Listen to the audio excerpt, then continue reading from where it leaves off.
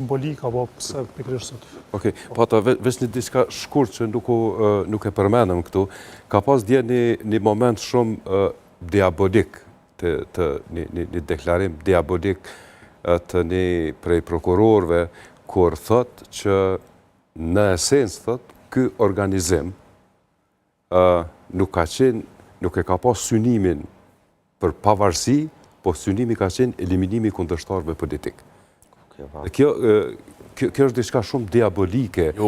Po, sepse i prek plot sentimente të njerëzve, përmend eliminimin e kundërshtarëve politik në çfarë ambienti, në një ambient ku nuk i shtet tonin, në Serbi, pas ka desh me bërë atë punë. Kjo është duket si kur gjë heq, po është kogja e mrapsht.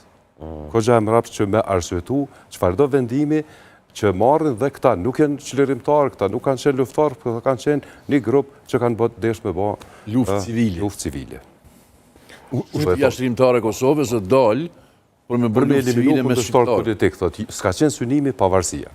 Edhe që të emrin. Zë Kajtazi, lirimet që ndodhen sot? Po, mendoj që është për me balansu pak. Për me thonë se gjykata nuk është e pa drejtë. Sepse në vendimin e gjyqtarit kanadez për lirimin e tyne, e arsyetoj se kanë qëndru në paraburgim më shumë se sa dënimi minimal.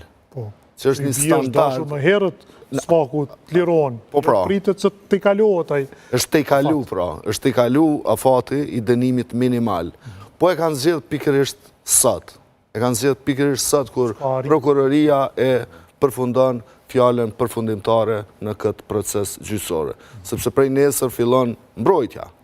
Dhe argumentet e mbrojtjes do t'jenë të tjera.